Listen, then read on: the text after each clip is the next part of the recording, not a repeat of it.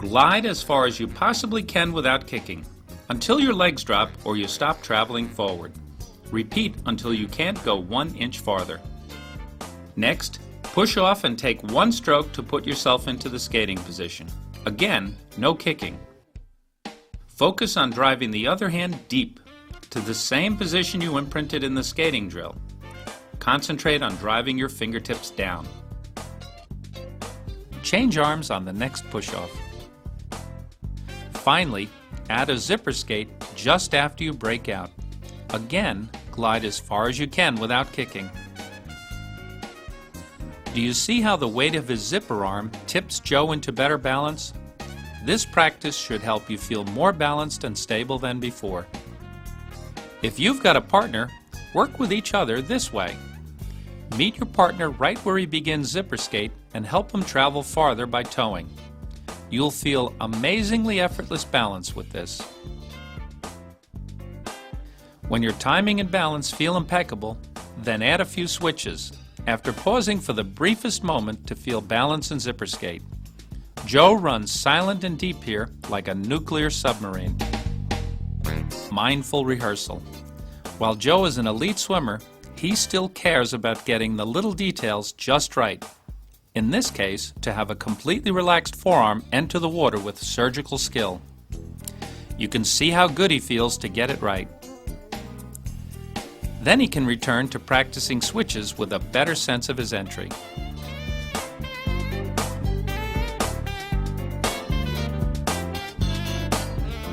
Toby, having just learned this drill, practices super slowly to allow herself time to think about each switch.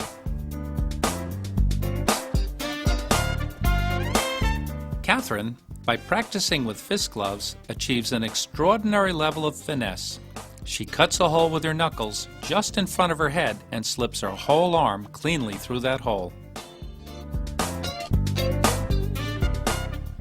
A good way to learn this efficient entry is with an exercise we call ear hops. As you see Terry doing here, try to hop your hand over your ear and drop it right back in. Your goal is to have your hand out of the water for the briefest possible time and to clear the water by the slightest margin. Feel your entry this way. Cut a hole in the water with your fingertips and slip your entire arm cleanly through that hole. Slice your hand in silently and drive it below your head. The more switches you can do before going to sweet spot, the more deeply you'll imprint this. After the entry comes the propulsive part of your stroke. Focus almost entirely on what happens in front of your shoulders. Propulsive force comes from the hand entering. To add power to your stroke, don't push back harder. Slice the other hand in with more energy. Then be patient on the catch. Try to trap a large volume of water inside your arm. Feel as if you're scooping pudding before you stroke. You can improve your feel for a solid catch with a stretch cord exercise.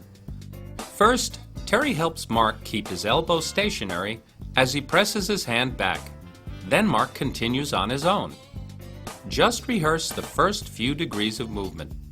When you get it right, you'll feel the muscles behind your shoulder being activated. When you really feel early pressure on your hand and forearm, take it to the water. Our final partnered exercise will help you catch all the water at the very beginning of your stroke. Hold your partner's feet for several strokes, allowing the legs to move naturally with body roll. After release, take 5 or 6 relaxed strokes to cultivate the same feeling of early pressure that you felt while being held back. This exercise can also improve your feel for how the kick helps trigger body roll, as each downbeat drives the opposite hip down and your opposite hand forward. Don't emphasize pushing back to your knee. Notice the C-shaped finish that allows the elbow to easily lift the hand from the water. The final skill is to fit seamless breathing into your core body rolling rhythm. Here's how you can do it. At first, breathe in frequently as Catherine does, so you can make each breath an examined action. You get the breath by rolling right to where the air is and back the other way without a hitch. When your body rolls to the air, your head goes along for the ride. If your body rolls freely, it's easy to keep the head aligned as you breathe. Though water flows over the back of Terry's head between breaths, his head creates a bow wave as he rolls that gives him all the air he needs. The key is to use your body roll to make that happen.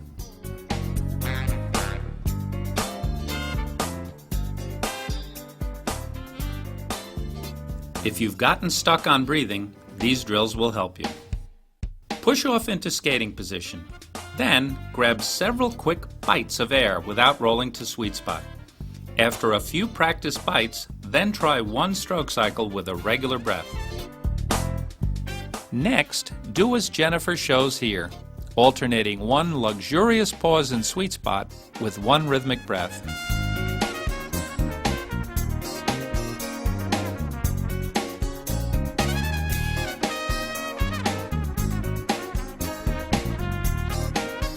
Toby, who is also learning rhythmic breathing for the first time, progresses to 2 rhythmic breaths followed by 1 in sweet spot. She has brief pauses but is moving toward a seamless rhythm. Here, Jen does the same exercise. Her 2 consecutive rhythmic breaths show a real ease and flow. If you add 1 rhythmic breathing cycle at a time, you'll always practice control, never practice struggle.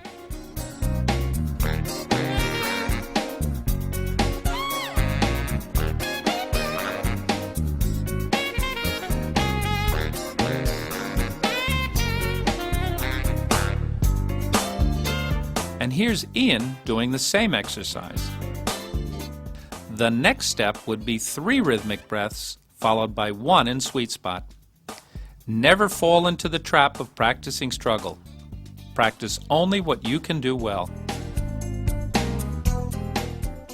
If you do triathlons or swim in open water, much of your breathing should be no different than what you practiced in the pool. Breathe with your rhythmic body roll. Just keep in mind to roll all the way to where the air is. In higher waves or chop, just roll farther. When you need to navigate, the key skill is to look, then breathe, without interrupting your rhythm, and hug the surface as you do. Terry skims his goggles just over the water, takes a snapshot view, then breathes as he finishes his roll to the side. You'll save time and energy by maintaining your normal stroke and breath rhythm as you sight. And don't forget that you've always got your sweet spot. Anytime you need a bit of rest, just roll to sweet spot for a few extra breaths, then resume normal breathing. Minimize resistance as you rock back. Notice how Terry rocks his head straight back and drops his left hand behind his ear to prepare for push-off.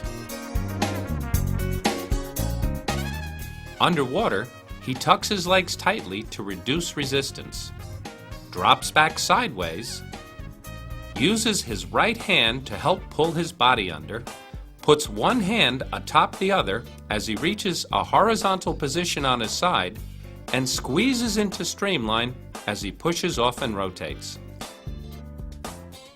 The flip turn is faster, but it's essential to do it economically to avoid oxygen debt. Approach the wall in a straight line, somersault straight over, then leave the wall on the same straight line.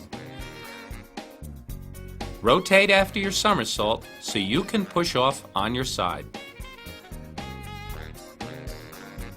Make your turn easier and faster by keeping your heels as close to the surface as possible and hitting the wall with as little noise and splash as you can. Terry initiates his somersault by tucking his chin and trying to bring his nose to his knees. His hands meet overhead as his feet land at the right depth for a horizontal push-off. Then he pushes off on his side and strokes the bottom arm first.